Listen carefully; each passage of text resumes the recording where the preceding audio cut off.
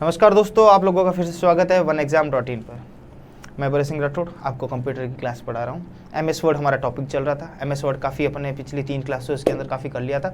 उसके बाद चौथी क्लास है ये अपनी MS वर्ड की, और ये अपनी लास्ट क्लास है जिसमें MS वर्ड आपका कंप्लीट फुल एंड फाइनल हो जाएगा। राइट, इसके नोट्स PDF में हिंदी मीडियम इंग्लिश मीडियम दोनों के लिए अवेलेबल है।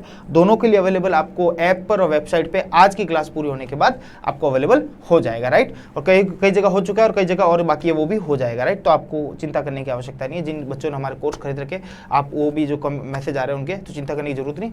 आज आपको सारी चीज़ें आपको अवेलेबल हो जाएगी फुल एंड फाइनल। राइट, कुछ बची कुची है वो भी। राइट, उसके अलावा जो बच्चे हमारा कोर्स देख रहे हैं MS वर्ड, जो मैं आपको पहला संगणक और स्टैट्स ऑफिसर वालों के लिए जो मैं पढ़ा रहा हूँ आपको कंप्यूटर सब्जेक्ट, उसके अंदर मैंने आपको दोनों सिलेबस को मिक्स करके भी बता दिया था कि भाई इस सिलेबस और इस सिलेबस में दोनों में डिफरेंस क्या है, वो भी मैं आपको बता चुका था। प्लस एक एक सिलेबस वाइज मैं टॉपिक करवा रहा हूँ, आप इस चीज़ को थोड़ा सा ध्यान से रखिएगा। ध्यान से रखने का मुद्दा ये है कि कई जगह मैंने ऐसे देखा, कई जगह मैंने ये चीज़ नोटिस की कि बच्चे क्या कर रहे हैं कि कई ऐसी फैकल्टीज़ है, कई ऐसी चैनल्स हैं, वहाँ पे बच्चे क्या कर रहे हैं, पढ़ रहे हैं, लेकिन वो आउट ऑफ द बॉक्स पढ़ रहे हैं, यानी सिलेबस के बाहर से ही पढ़ रहे हैं। अब कंप्यूटर में आपको PhD नहीं करनी है, कंप्यूटर में डिप्लोमा आप कर चुके हो, आपको वापस करने की जरूरत नहीं है। कंप्यूटर सब्जेक्ट आप बच्चे छोटी क्लास से लेकर बड़ी क्लास तक सारा पढ़ चुके हो।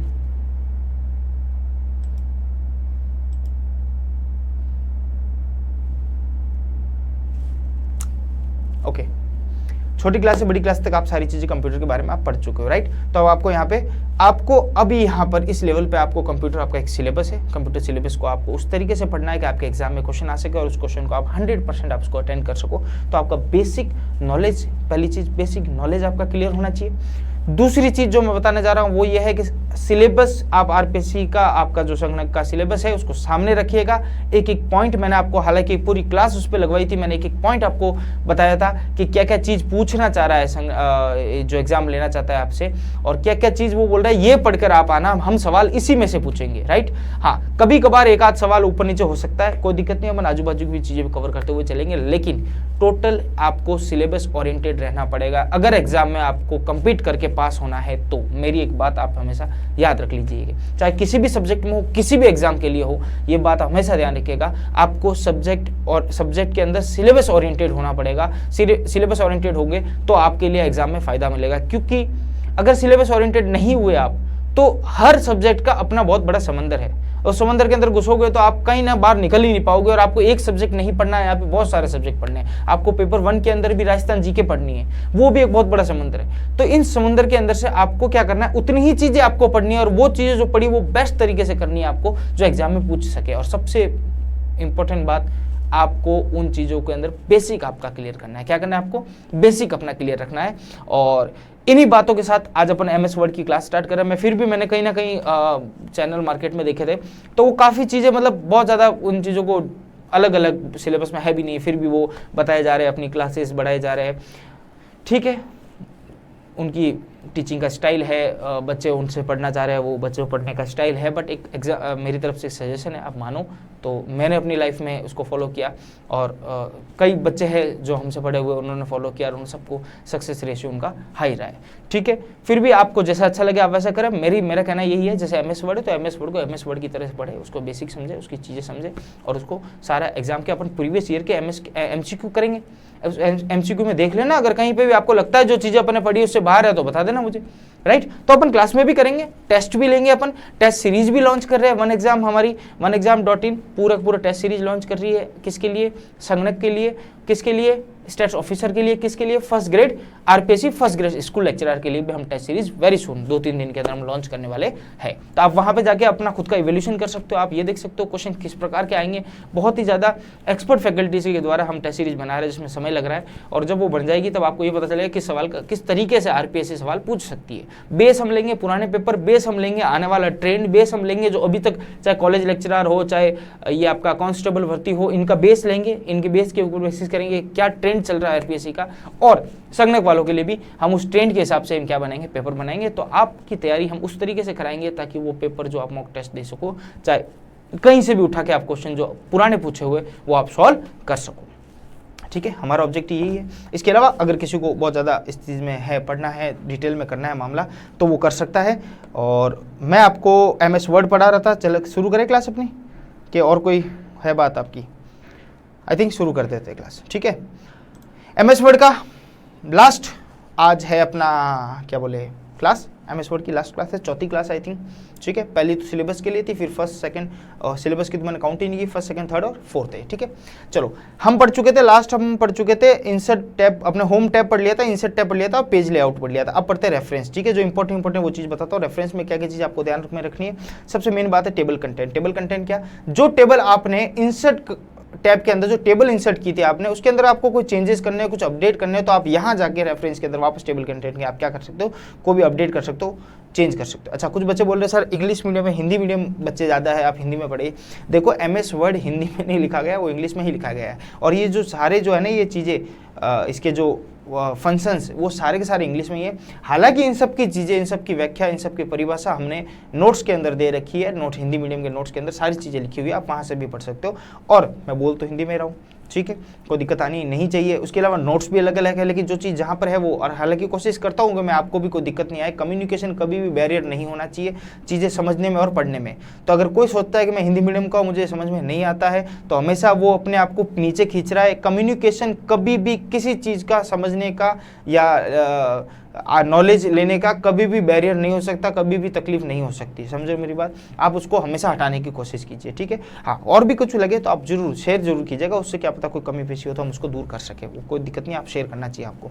चलो, टेबल कंटेंट आप चेंज कर सकते हो। रेफरेंस में और क्या टैब होता है, और एक होता है इंपॉर्टेंट है फुटनोट्स। फुटनोट कह दो चाहे एंड नोट्स कह दो, ये क्या होते हैं, ये पेज के नीचे फुटनोट्स एंड नोट्स के रूप में होते हैं, या पेज के नीचे होते हैं। इसको आप क्या कर सकते हो, इनको आप यहाँ से इंसर्ट भी कर सकते हो, और या इसको चाहो तो एक फुटनोट से दूसरे फुटनोट के ऊपर जंप भी कर सकते हो। वो सारे के सारे यहाँ ऑप्शंस दिए हुए होते हैं आपको, ठीक है। तो आपको समझना इतना है फुटनोट्स और एंड नोट्स क्या होता है, ये बेसिक आपको समझना है, जो एग्जाम में पूछे जा सकता है, ठीक है। अच्छा, ये कहाँ पे है, यहाँ से 3 सेंटीमीटर इधर दे रखा है, ये नीचे से थर्ड दे रखा है, ऐसे याद नहीं रखना है आपको। याद क्या रखना है, आपको याद रखना है क्या कि फुटनोट्स होना चाहिए। अच्छा, कोई क्लास मैंने देखी थी, उसके अंदर तो पूरा वो, मतलब मैं क्या बताऊँ आपको, ऑपरेटिंग सिस्टम का पूरा बता रहे थे वो, और इस तरीके से बच्चों को डेवलप कर रहे थे जैसे कि उनको डिप्लोमा करवाना कंप्यूटर के अंदर। भैया कंप्यूटर के सवाल आएंगे 7 से 8 स्टैट ऑफिसर में से, हाईएस्ट अगर पढ़ जाएंगे तो 10 आ जाएंगे, इससे ज़्यादा नहीं आने वाले, ठीक है। संगणक में भी इतने ही आने हैं, ठीक है। स्टैट्स आप मजबूत करो, वो ज़्यादा काम आएगी, ठीक है। तो वहाँ बच्चे वो जो भी पढ़ रहे हैं, उनकी स्टाइल है जो भी है, मुझे थोड़ा सा अजीब सा लगा, तो मैं सोचा आपसे बात करते हुए चलो।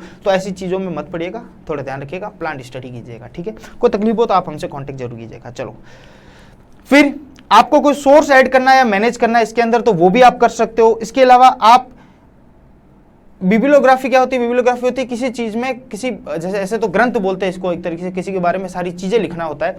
तो अगर आपको लगता है कि जो डॉक्यूमेंट आपने बनाया है, जो यहाँ पे आप वर्ड में डॉक्यूमेंट या फॉर्मेट मटेरियल आप बना रहे हो, उसके बारे में बिब्लियोग्राफी देनी है उसकी, उसका पूरा बताना है कि ये है क्या, परिचय देना है एक तरीके से डिटेल, कि भाई ये क्या है, हम क्या लिख रहे हैं, किसके बारे में क्या है, इसकी चीजें क्या है, वो सारी चीजें आप यहाँ पे दे सकते हो। ये ऑप्शन क्लिक करके आप यहाँ पे चीजें डाल सकते हो। जो पढ़ने वाला होगा तो आप बिब्लियोग्राफी देखकर भी समझ सकता है कि आपकी चीजें क्या हो सकती है, ठीक है। अलग अलग तरीके हैं सारी चीजें बनाने के, ठीक है। हाँ, एक मेनू भी ऐड कर सकते हो। मैंने आपको बताया था लास्ट किधर बताया था, मैंने आपको पेज लेआउट में बताया था। मैंने आपको एक चीज थी इंपॉर्टेंट, उस पर सवाल आ सकता है, कवर पेज। ध्यान रखिएगा, सवाल ऐसे भी बन सकता है, कवर पेज किसका पार्ट है, कवर पेज है इंसर्ट मीडिया, एड मीडिया का पार्ट है। तो आपको ये भी ध्यान रखना है कि उसके बाद मेनू, display menu for all notes, जो नोट्स आपने बनाया उसका मेनू अगर बनाते हैं, जैसे मेनू होता है ना, एक के बाद क्या क्या चीज़ आएगी, जैसे इंडेक्स होता है वैसे मेनू होता है।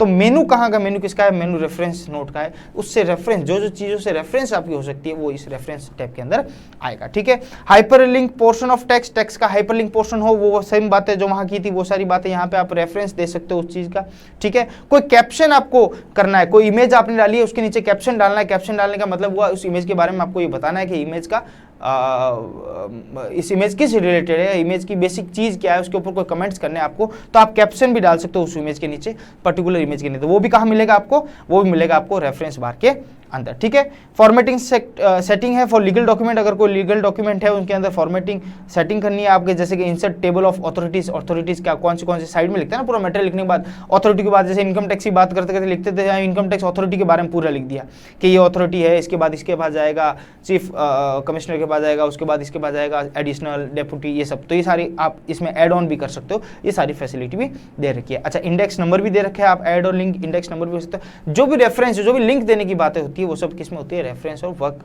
साइटेड में होती है। अब इसको याद कैसे रखें उसका भी मैंने तरीका बताया था। आपको कुछ नहीं करना है, ये जब हो जाए मैं आपको पीडीएफ अवेलेबल कराऊंगा। आपको क्या करना है, इन वीडियोस को देखना है, पीडीएफ को वापस देखना है, नोट्स से आपको पहले नोट्स को पढ़ना है, फिर इस पीडीएफ को वापस देखोगे तो आपको सारी चीज़ होगी, रट्टा मारने की आवश्यकता ही नहीं पड़ेगी। चलो फिर आता है रिव्यू और एडिट।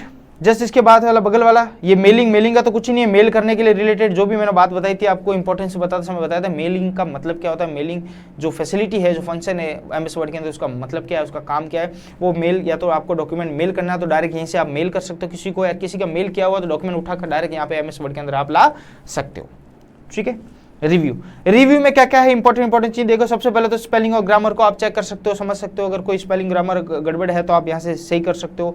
ठीक है। किसी वर्ड को आपको हाईलाइट कर रखा है, उस वर्ड को डिफाइन करना है आपको। डिफाइन यानी उसके मतलब डेफिनेशन समझनी है, वो मतलब क्या है उसका, या जो भी इंटरनेट पे साइट से उसके मतलब क्या निकाल रखे हैं मार्केट में, वो सारे मतलब आप डिफाइन यहाँ कर सकते हो उस चीज़ को। फिर आप थीसिस लिख सकते हो कुछ भी प्रकार की। ठीक है। और आपको अगर वर्ड काउंट, वैसे तो वर्ड काउंट ऑटोमेटिक ही होते हैं, फिर भी आपको अगर काउंट करने अपने वर्ड तो आप सिलेक्ट करके इसको काउंट कर सकते हो। ठीक है। फिर कोई ट्रांसलेट करना है आपको, जैसे गूगल ट्रांसलेट होता है वैसे ट्रांसलेट कर सकते हो। आपको लैंग्वेज कोई दूसरे लैंग्वेज से इस लैंग्वेज में, जो ट्रांसलेट के बाद इस लैंग्वेज पे जाना पड़ेगा। चाहे चाइना लैंग्वेज में से आपको इंडियन लैंग्वेज करनी है, इंडियन हिंदी में से आपको इंग्लिश करना है, तो वो आप यहाँ पे कर सकते हो। ठीक है। ये सारी बात हो गई, सिनोनिम्स हो गए सारे। ठीक है। ऐड और डिलीट कर सकते हो आप किसी डॉक्यूमेंट कमेंट्स को, जो कमेंट आपने लिखे हुए हैं, जो कमेंट्स वहाँ पे डाले हुए हैं, अलग अलग मल्टीपल यूजर, अगर एक ही फाइल 2-3 यूजर चाहे और उन्होंने अपने अपनी तरफ से कमेंट डाले तो आप उन कमेंट को ऐड भी कर सकते हो, डिलीट भी कर सकते हो। कुछ कमेंट हटाने, कुछ कमेंट रखने, वो भी आप यहाँ से कर सकते हो। ठीक है। शो कमेंट्स को, कमेंट शो करने आपको, तो वो भी आप यहाँ से करते हो। ट्रैक चेंजेस का मतलब हुआ आपने कोई चीज़ लिखी और आपको लगता है इसमें कुछ आपने मॉडिफिकेशन किया, आपने इसमें मॉडिफाई किया कुछ चीज़ों में, और आपको लगता है मॉडिफाई करके मैं एक बार चेक करके देखता हूँ मॉडिफिकेशन कैसा लगेगा, तो आप क्या कर सकते हो, इसको एक बार ट्रैक चेंज में जाके इसको सिलेक्ट कर सकते हो। और जैसे आपने अंदर से चीज़ हटानी है, आप हटा दी, तो वो एक बार आपको पता चल जाएगा कि आपकी चीज़ें कैसे दिख रही है। फिर वापस आप ट्रैक चेंज कर दोगे, यानी नहीं मुझे पहले जैसे ही रखना है, तो वापस वो पहले जैसे ही हो जाएगा। ठीक है। तो आप ट्रैक चेंज से भी काम कर सकते हो। वेरियस अलग अलग तरीके से मैटर लिखने की फॉर्मेटिंग है। ठीक है। Important, home, insert, page layout, इन तीनों की चीज़ें भूलनी नहीं। इसमें से मैंने फुटनोट्स बताया आपको, वो चीज़ नहीं भूलनी। ग्रामर और स्पेलिंग चेक और ये सारी चीज़ें तो आपको वर्ड से पता चल जाएगा, इसके शब्दों से पता चल जाएगा कि इसका मतलब क्या है। ठीक है। तो आपको कोई दिक्कत वाली बात नहीं आएगी। कंपेयर का ऑप्शन और दे रखा है रिव्यू के अंदर। कंपेयर का मतलब ये हुआ कि आप क्या कर सकते हो, आप दो डॉक्यूमेंट्स के अंदर आपस में क्या कर सकते हो, कंपेयर कर सकते हो। देखना टैब के नाम से काफ़ी चीज़ें पता चलती है। रेफरेंस, जब देखो शुरू से इसका होम में तो सारी चीज़ें आ गई, जो सारी चीज़ें वो होम में आ गई, राइट, ये आई आपकी होम। ठीक है। टूल बार में सारे फॉन्ट वॉन्ट जो भी चेंज करना है। इंसर्ट में अगर एक्स्ट्रा कोई चीज़ इंसर्ट करनी है, जैसे टेबल वेबल, ये सारे फॉर्म, शेप, पिक्चर, ग्राफिक, कुछ भी चार्ट, ये सब ऐड करना तो ऐड में आ गया, इंसर्ट में आ गया। ठीक है। पेज लेआउट यानी पेज के रिलेटेड बात करेंगे, पेज को ब्रेक करना है, लंबा करना है, छोटा करना है, साइज क्या है, ओरिएंटेशन क्या है, हॉरिजॉन्टल, वर्टिकल क्या क्या, प्रिंट कैसे देंगे, लाइनों में अगर कोई चेंजेस करनी है, गैप चेंजेस करने हैं, तो सारी चीजें किसमें आ जाएगी, पेज लेआउट में। रेफरेंस की बात होगी तो रेफरेंस का बात हुआ एक चीज का दूसरे का रेफरेंस देने की जो भी बात होगी, वो सब बातें जो पहले भी कर चुके हो, वो सारी चीजें यहाँ पे रेफरेंस मोड के अंदर वापस आपको सामने चीज आएगी। चाहे वो टेबल हो, टेबल में आपको रेफरेंस देना है, कमेंट्स है, कमेंट्स के अंदर रेफरेंस देना, बाइबोलॉजी आपको दिखानी है कि भाई इस रेफरेंस, उसके रेफरेंस में मैं बाइबोलॉजी लिख रहा हूँ। ठीक है। फुटनोट्स देने हैं आपको कि भाई इसके रेफरेंस में फुटनोट्स है, इंडेक्स नंबर देने हैं आपको, मेनू देना है, ये सब रेफरेंस की बात करेगा। रिव्यू की बात, जो चीज आप कर चुके हो उसको वापस क्या करना है, आपको रिव्यू करना है। रिव्यू करना है यानी चीजों को वापस देखना है। कई बार अपन चीजें लिखने के बाद अपन क्या करते हैं, रिव्यू करते हैं। रिव्यू करते समय हमें क्या देखते हैं, कोई स्पेलिंग मिस्टेक नहीं है, कोई ग्रामर मिस्टेक नहीं है, तो वो सारी चीजें यहाँ पे होगी। आपको किसी चीज की डेफिनेशन समझनी है तो वो आप यहाँ समझ सकते हो। आपको लगता है कि जब मेरे को लिखते समय इसकी दिक्कत आई, तो जो इसके रीडर है, जो उसको पढ़ने वाले हैं, जहाँ पे मुझे प्रेजेंटेशन करना है, उनको भी इसमें दिक्कत आ सकती है। तो आप क्या कर सकते हो, वहां पे एक डिफाइन ऐड करके आप उसकी डेफिनेशन भी उसके अंदर ऐड ऑन कर सकते हो। फिर क्या हुआ, ट्रांसलेट करना है। रिव्यू करते समय में दिक्कत, ट्रांसलेट इसका हिंदी मतलब क्या होगा, तो ट्रांसलेट कर सकते हो आप, राइट। उसके बाद कोई कमेंट्स है आपको वो दिखाने हैं, देखने हो तो आप कमेंट्स देख सकते हो। आप रिव्यू करते समय यार थोड़ा सा फॉर्मेटिंग चेंज करके देखो, यार इन शब्दों को हटा के देखो, तो आप ये भी देख सकते हो। ट्रैक चेंज करके आप इन चीज़ों को समझ सकते हो। ठीक है। कोई चेंज अगर किसी और ने कर रखे आपकी इस फाइल के अंदर, उसको आप एक्सेप्ट करते हो या रिजेक्ट करते हो, तो वो भी ऑप्शन है कि आप एक्सेप्ट और रिजेक्ट भी इन चीज़ों को करते हुए चल सकते हो। ठीक है। और रिव्यू कर रहे हो तो दो चीजों को अगर कंबाइन आपको कंपेयर करना है उनके बीच में, तो कंपेयर का ऑप्शन भी आपके सामने है। और कंट्रोल, अगर आपको लगता है कि ब्लॉक ऑथर्स को है, जो आपको लगता है कि भाई कोई और इसको चेंज ना कर सके, कोई और इसके अंदर कोई भी प्रकार का कोई मेरे लिखे हुए मटेरियल में या मेरे लिखी हुई किताब के अंदर कोई और क्या कर सके, छेड़छाड़ी नहीं कर सकते, तो आप क्या करते हो, ब्लॉक ऑथर करके आप क्या कर सकते हो, कंट्रोल एडिटिंग पॉसिबिलिटी कैपेबिलिटीज को आप कंट्रोल कर सकते हो कि और कोई एडिट नहीं कर पाएगा, मैं जितना कर दिया वो फाइनल है, उसके अलावा कोई ऐड नहीं कर पाएगा, एडिटिंग नहीं कर पाएगा। तो ये सारी बात आ गई रिव्यू में। अब व्यू, नाम से पता चला व्यू यानी आपको लास्ट में देखना रीड मोड। कैसे देखोगे कि रीड मोड देखना है आपको, अच्छा सारी लिख दिया, सब कुछ कर दिया, अब लास्ट में रीड मोड पे आगे पढ़ के तो देखते रीड मोड में किस तरीके से लगता है।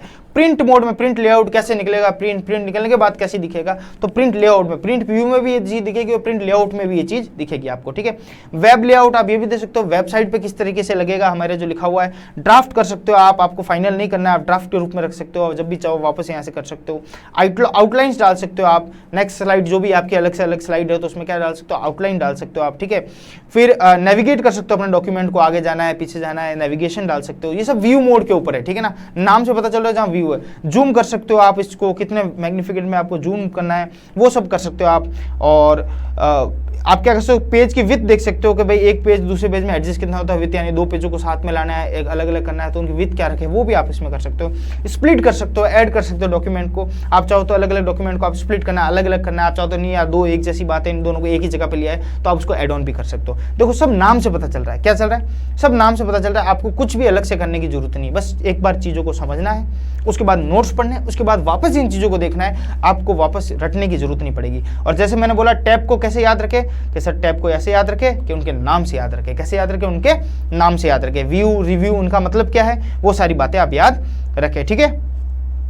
फिर और क्या है, कोई फ्रिक्वेंटली आस्क्ड क्वेश्चन है ऑटोमेटिक, तो ये सब व्यू के टाइम में कोई आपको सवाल पूछने हैं तो आप ये कर सकते हो। विंडो को स्विच कर सकते हो, दो डॉक्यूमेंट के अंदर विंडो स्विच करने तो आप वो कर सकते हो। ये सब व्यू यानी आपको देखते समय क्या करना है, एक डॉक्यूमेंट से दूसरी डॉक्यूमेंट पे जाना है, या आपको कोई फ्रिक्वेंटली आस्क्ड क्वेश्चन का ऑप्शन रखना है इसके अंदर तो वो आप कर सकते हो, है ना।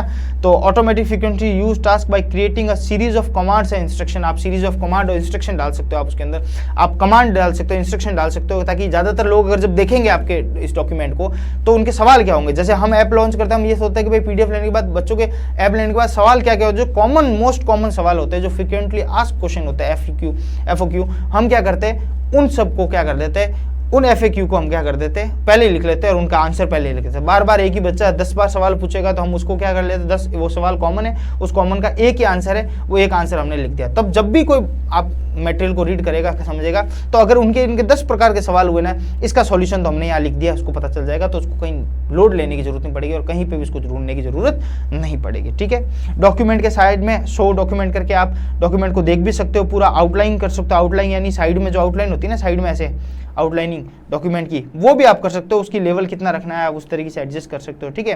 टेक्स्ट की फॉर्मेटिंग आप समझ सकते हो कि अच्छा मुझे टेक्स्ट की फॉर्मेटिंग बताओ क्या है, ये सब किसमें है, ये आउटलाइनिंग वाले में चीजें में आ जाएगा आपका, ठीक है। ओके, यहां तक सारी बातें खत्म हुई, यहां तक सारी बातें आई। ये क्या है, मल्टी यूजर कमेंट की बात आ गई, रेफरेंस डिलीट, ये कुछ काम का नहीं आपके।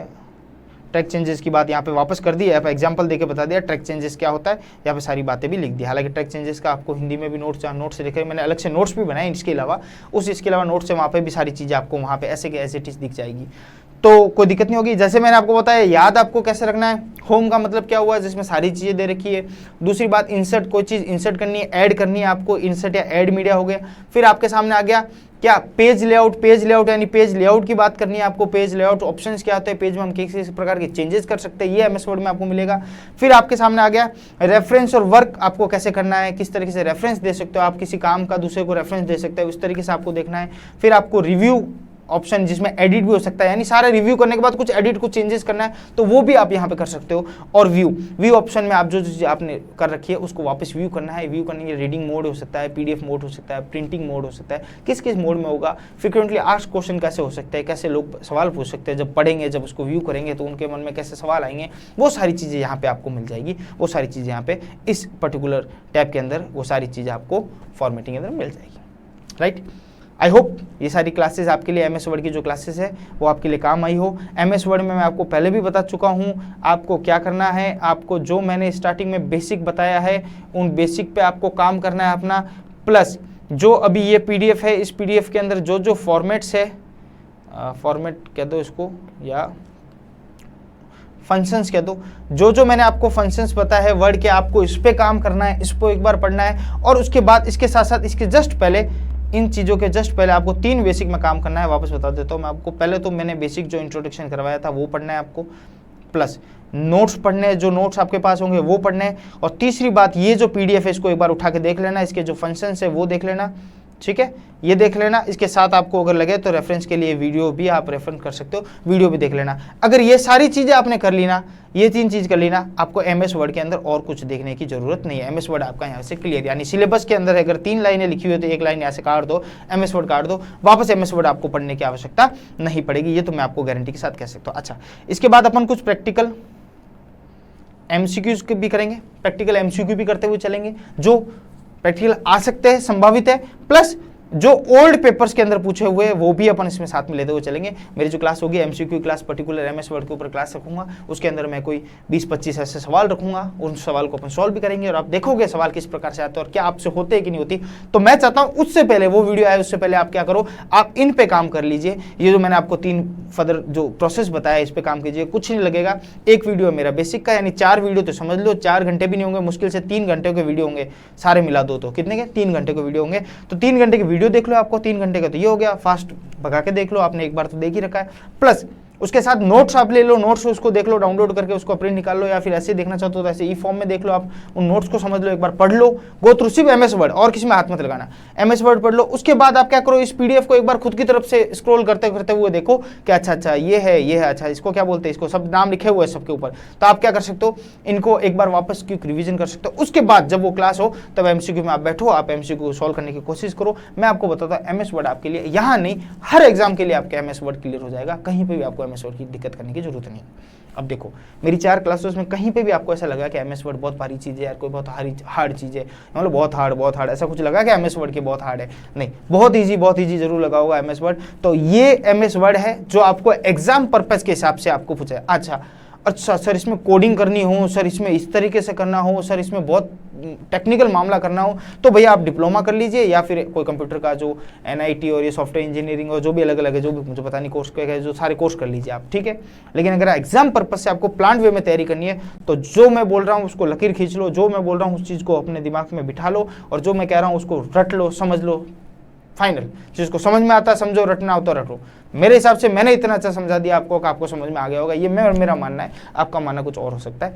तो प्लीज़ इस चीज़ को समझिएगा, और इधर उधर आप बिल्कुल कंप्यूटर को लेकर आप जो आप जाना चाहते हो आप जा सकते हो, इधर उधर देख सकते हो, लेकिन आप समझिएगा इस चीज़ को बेसिक अपने दिमाग से, अपना खुद का दिमाग लगा के देखिएगा कि क्या चीज़ें हमें पढ़नी है और क्या चीज़ें हमें इग्नोर करते हुए चलना है।